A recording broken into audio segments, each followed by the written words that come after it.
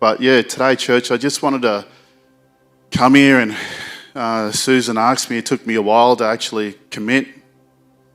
She did ask me last year, but I'm a person like sitting in the back of the room and absorbing information and having a deep think and, taking it away and how can I apply it to my life, work, family, and serving. So, probably over the last, probably over the last year, maybe 6 months, probably one thing I've been probably thinking about is, the Lord's been speaking to me actually. I've been doing a lot of things in leaps and bounds in the last 6 months, and I probably got to thank Derek Prince for that. He's humbled me and actually helped me not only physically but also spiritually. And the biggest thing that I see when he preaches is it's about value. So that's probably one of the biggest things I want to talk to today about is value. But first of all, I'll give you a little bit of my background. Pre-footy, I come from a dysfunctional family, but I'll probably start at probably 13, 14. That's where I'll feel a bit comfortable. So, 14, I was born in Melbourne, but when I got to high school, I went to a lot of schools. I went to Dubbo, Burke, Wilcannia, Grafton, and I think I ended up in Newcastle. But for me, I grew up in Aboriginal hostels, but before that, I remember walking. So I was in Burke, and my mum's from Burke. She's born in Burke, but most of our family live in Wilcannia, Broken Hill. From my Aboriginal side, my dad's Māori in New Zealand. But in out west, usually when it gets really hot, you can touch the road and it melts. You can put your finger in the road, and it was one of those hot days. And I was walking along one day, hungry, and had holes in my shoes. And I was looking at my shoes, and I was like, at 14, I think I was, and I was like, sure, there's more to this. And I was just walking along, and there'll be times where family members are driving past in the air-conditioned car and giving me a wave and not picking me up and not taking me home, but it was just one of those moments. And then from there was only two places that you'll go into where I was, and I visit those places with Tony, and it's in boys detention centres. So the main detention centres was Cobban and Baxter, but back then it was called Penang in the Central Coast. And if I knew about those places back then, I probably would have ended up there, because they are the most safest places for kids that come from bad places. So it was either those or the hostels. So I was in Dubbo, didn't like that one. And then one night I was back in Burke, and two fellows that were walking along said, "I'll come to Newcastle, free bed, food. And they buy you Nikes." And I was like, "Oh, Nikes, I'm in." So, I ended up in Newcastle at 16. And so I was 14, 16, ended up in Newcastle. Played a lot of basketball. Didn't aspire to nothing. All it was just survival for me. So, played a lot of basketball, touch football. I didn't have a pair of footy boots, so I was in the under-16s, third division, playing for Central Charlestown. I wasn't even playing. I wasn't in no development team. Didn't know what weights was. Didn't know what healthy food was. There was a roommate that was 18. He was playing under 18, so I'd share his footy boots. We had the same size foot. And then one day, we were at school trials for a zone. I think it was for the Hunter Region trials, and he'll play one game, and I'll grab his boots, chuck them on, and put his boots on and play. And then one day, at that trial, there was his scout, and he was just handing out free invitations to go trial with the Newcastle Knights. And I wasn't really interested in it, but all my mates were going. So, well, you know what? If my mates are going, I'm going, because I just want to hang out with the boys. And then 2 years later, playing for the Newcastle Knights. that's how quick it was. From when I was 14, looking at my shoes and saying to myself, sure there's more things in life. Sure there's more than this. And then in, 16, I end up at a hostel. 18, I'm playing first grade, which wasn't the greatest debut ever. If anyone knows Mark Carroll, he was playing for South Sydney that day. And off the kick-off, he ran over someone off the kick-off and he had to get medicabbed off. And that was my first experience in NRL. And I was ringing wet, I think 82 cents or 83 cents at that time. But that's just, how it started for me. And I wasn't walking with the Lord at the time either. I was just surviving. And I think when a lot of people are in that survival mode, the last thing they want to look is for God, because all they're doing is just trying to search where's the best place to go to. And hopefully, there's someone that's got light that's in front of them and they can show them who Jesus is or show them who God is. And I think that's probably why me and Tony go to these places, just thinking about it right now off the top of my head. But after I made my debut, I think I was 20 when I won a GF. 22, I think I was, when I played for the Kangaroos. Played state origin, I think, at 22 or 21. I'm just throwing these numbers up because I think it was around that time. And then I was lucky enough to play for the Wallabies and the Waratahs as well. So just trying to make my career really short of who I am. And I don't like talking about my career. I'm not that type of person that likes boasting about my career. But yeah, I got to be dual international. And that was probably a proud time for me, because in the 2000 or 2001 World Cup, I was sitting at Westmead Hospital with my dad, and he had I know it was at 2000 and it was in the mid 2000s. Yeah, he was on chemo and he was in hospital, and we were watching the World Cup. And usually when I'm playing football, my old man was pretty tough on me. Even if I got man of the match on Channel 9, and Sterlo's handed me the man of the match, $1,000 VB. Man of the match, my dad had another letter saying, oh, you done these wrong. You didn't catch the ball right. You didn't do this. You was out of position. I was like, oh, gee, hard marker. But I asked him one time, and it was a hard question. I said, Dad, would I be ever good playing rugby union? I think the Wallabies were playing England at that time. And he said yes. So I tried to honour him in going over rugby union. And that was the only reason why I went over to rugby union. And, not many people are blessed on just crossing codes just like that and playing for a country, but I just had the confidence to do that for my dad, and I got to achieve that. Post-footy, I work at the NRL. Even though my JD doesn't align up with what I do, but when you're at the NRL, you usually get a few hats, and I've got those few hats, but I love what I do. And one of them is I get the project lead, the All-Stars, which is a massive event during the year. It's before Vegas, and I get to run a team. There's a lot of people that you got to manoeuvre an event around. This year was over in Hamilton. There's about 40 staff, I think, internally. But, there's logistics, getting football players to commit, flying them over to their country, making sure, motels and food and the clubs are aware of what they're training. And, I've got the privilege of, in the honour of leading that. And I repeated Year 10 twice. And I didn't even finish school. But I get to lead these people that are got master degrees, that have been to uni, that have these experiences. But that's what God does, doesn't he? He just goes from, you might be at A, but he gets you straight to B. From me being, in a 40-degree or 50-degree weather in Bourke with holes in my shoes, you can put your finger in the road, and the next thing, you're at a hostel, and the next thing I'm at playing first grade for the NRL, and I'm achieving all these achievements that, there was no training, there was no one telling me what to do and how to do it. It was all by observation and looking, and then, I get to the NRL and I'm doing this, and, it's I'm in a very blessed and privileged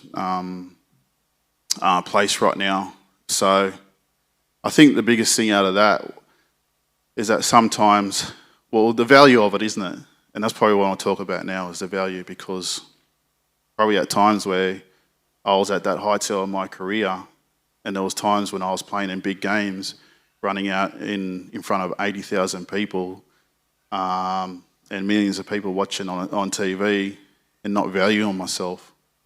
And there's a lot of athletes like that don't value themselves, even though they're playing at the highest level in their career.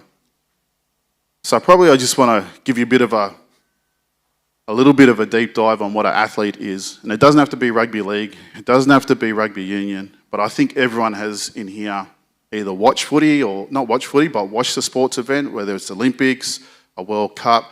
There's got to be a time when you've watched some sports, because, if you're not a sporting fan, then I'm sure that you've seen one. But I just want to take you to and give you a bit of an insight of what an athlete is, an elite athlete. And we can let's look at their training schedules. So they've got a pretty busy training schedules, their regiment. They're getting told what to do constantly from when they wake up, from when they go to bed. There's training, there's videos. Some of the videos that you do, the video sessions are pretty intense, because you've got a backs coach, you've got a forwards coach, you've got a defensive coach, you've got a head coach. And I've been in some of these video sessions, I used to experience them, but after my career, I used to consult an NRL club, and it was so intense. By the time I seen these boys, there was just so much overload in video that before they go out in the field, they look drained. And that's just a training session. After that, they've got to go to a gym. After that, they've got to go and do media work. After that, there's so much other things they've got to do. But also on a game day, their preparation on the game day, the nerves, the pressure, having millions of people, watch them thinking about the game constantly, for them, it does sometimes, they doubt themselves, and they get to that point. Am I valuable? Am I valuable to be here right now? Like, yeah, I'm on this type of money. Yes, I'm this type of athlete. Yes, I got given the ball last week and I won the game for them.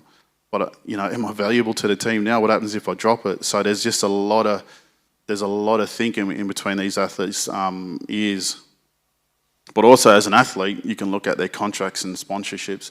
That's where their value is. So when you think about a football team and a football player, there's actually a tier system with these players, and the tier system goes on their positions, and then there's a 1, 2, and 3. If they're just young, if they're a bit experienced, or these fellows are the elite.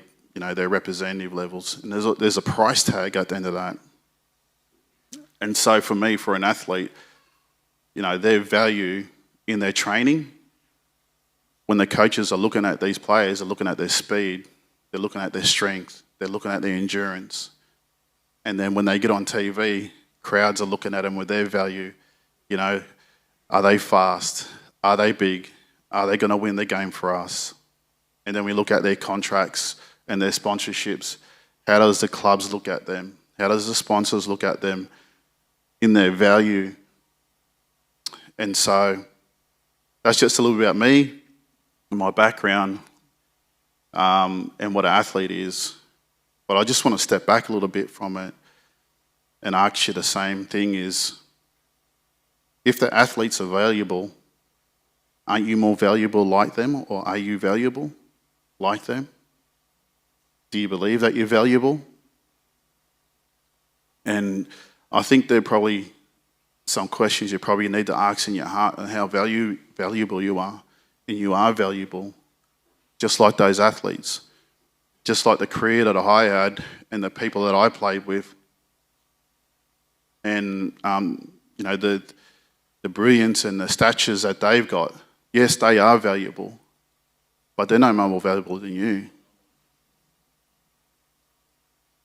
So I stole a bit of a pitch because my mate Tony, he talks a lot. So I was like, I'll take this one. No, I don't want to listen to that one. Tell me that other one.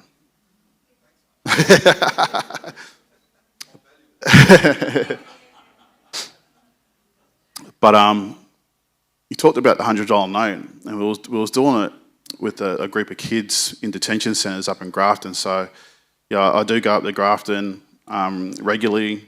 You know, Tony comes with me, and we speak to kids, you know, that are in a detention centre that are locked up for crimes, and these kids are not in there for stealing chocolates at Woolies. Like these are pretty horrific crimes if you know you learn about them. But they're God's children at the end of the day, and you know we have to bring light to them. And for me, Tony brought one up, and it was like the $100 note. Okay, the $100 note. He's like, who wants a $100 note right now? Most of the boys put their hands up. He said, okay, grab that $100 note, put it on the ground, step on it in the dirt, and rub your foot in it.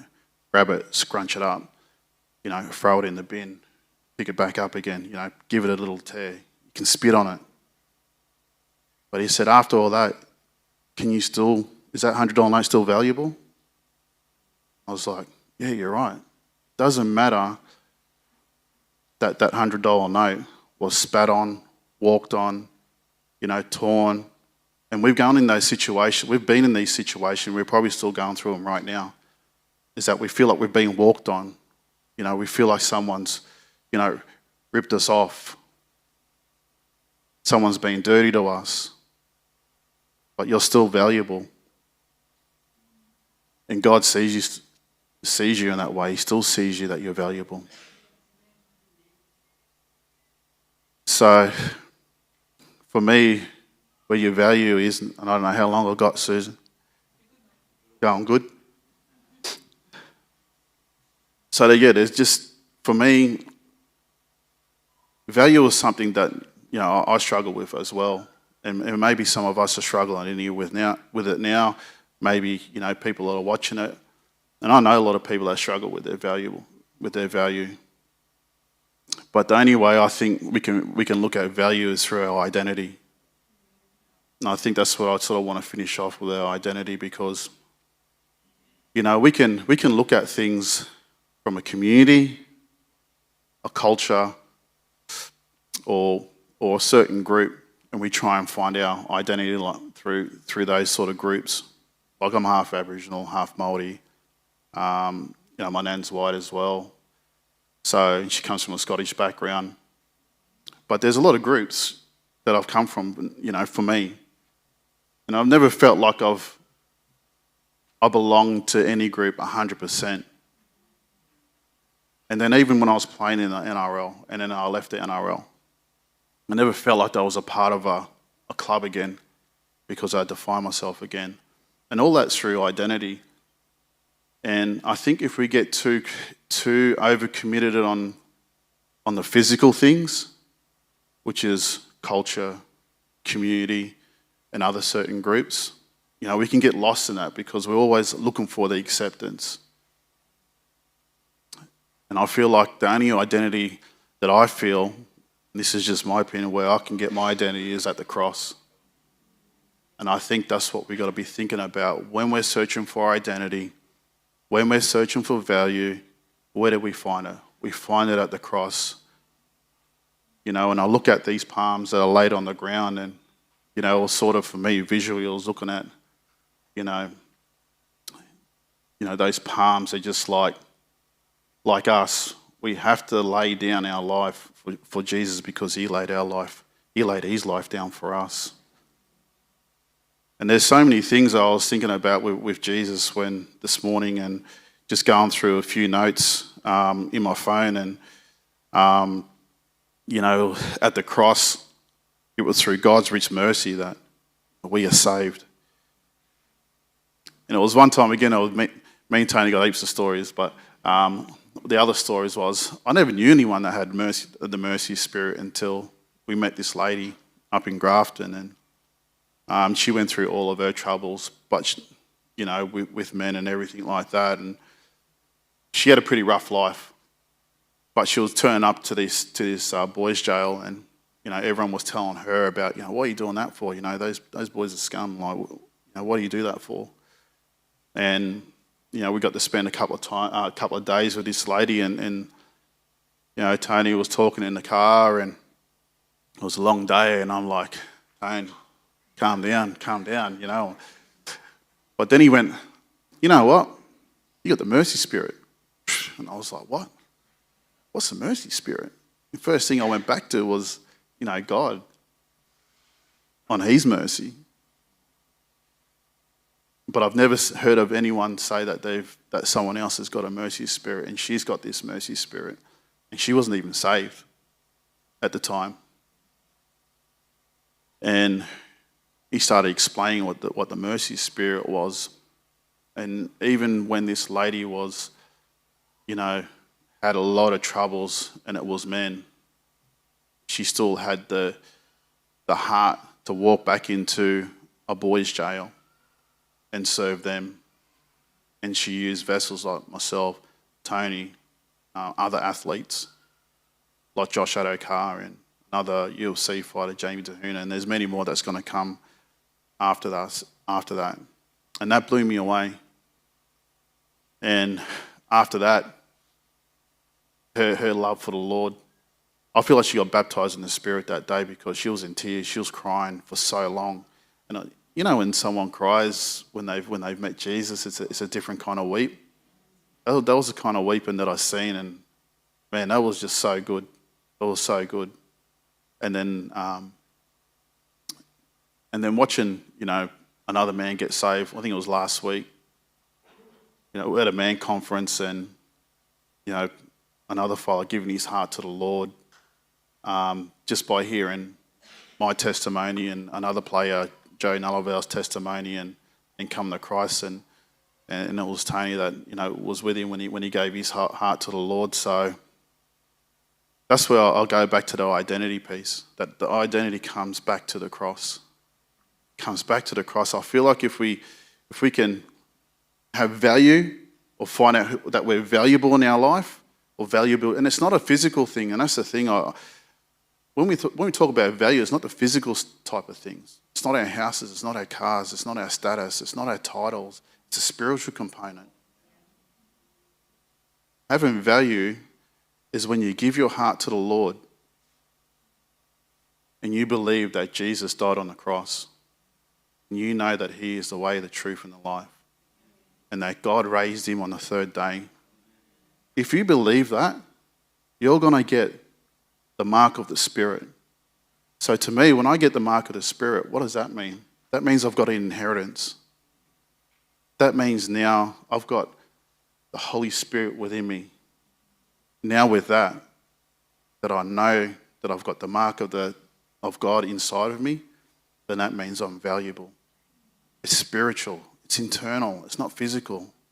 And I think that's what we try and look for. Well, not we as us, but most people, or some people, look at things in the physical. But I just want to get back to the spiritual side of it. Because I'm Aboriginal, because I'm Māori, we do look at a lot of things symbolically within the spiritual realm. And I feel like that's what we've got to get back to. That yes, Jesus was a man and he died on the cross, but it was God stepping into a man. Spiritual. And so, for me, probably finishing up on the reason why Jesus died on the cross is Isaiah 53. And I'll probably finish on it. And this is probably me too, because before I was saved, I used to try and, or before I wasn't saved, I was trying to carry these things. I was trying to carry my weaknesses. I was trying to carry my sorrows. I was trying to carry my troubles. But it was only at the cross that Jesus done that for us. Some people think that Jesus was this weak man that, you know, he got punished and he got cursed and he got beaten. But it wasn't for that. It was for us. And one time I got an image in my head when I seen Jesus, and you know when you see the cross and you see Jesus and he's beaten, he's bloodied. And I looked at it and I was like, that's a reflection of me, right? What he's showing right there. That my life was bloodied, that I was beaten, that I had these weaknesses. And it was only him showing me that I'm weak, that I have these sorrows, that I carry these burdens, but it was him that died at the cross. It was him that carried it. So we could be marked with the Spirit, so we can go and do good in life. So when I use my hands and I use my feet, I want to use it for good. And that's my value. My value is what God's given me in my hands. What can I do with these hands, Lord? With this feet, what can I do with these feet, Lord? With this head, this mind, what can I do with that? It's not me anymore because I died to myself a long time ago. I died to myself when I got saved. It's not me anymore. It's me serving God. And that's where I get my identity. And that's where I get my value. So I don't know if I've gone over.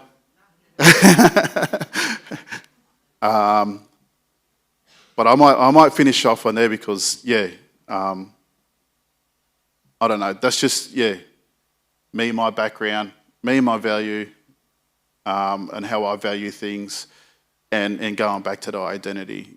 You're only going to get your identity is through the cross. You're not going to get it through anywhere else. You're not going to get it through culture. You're not going to get it through community. You're not going to get it through your titles. You're going to get it through the cross. And from there, that's where you can work forward. That's when you can move forward. That's where meaning and purpose comes from. What's your meaning and purpose? People go, I don't know. For me, it's the cross. If it's not the cross, then I don't have any identity. If it's not the cross, I don't have any value. But the more that you can have a relationship with Jesus, the more he can show you your value. No man's going to show you your value. Yes, it's good to come to church. Yes, it's good to learn about the Lord. But there's also, Jesus is saying, well, I want a relationship with you. So I'll finish it off on that. And I'll just thank everyone for listening to my testimony. And I appreciate, again, Adrian. I appreciate you, Susan. And I thank everyone that's listening today. Thank you.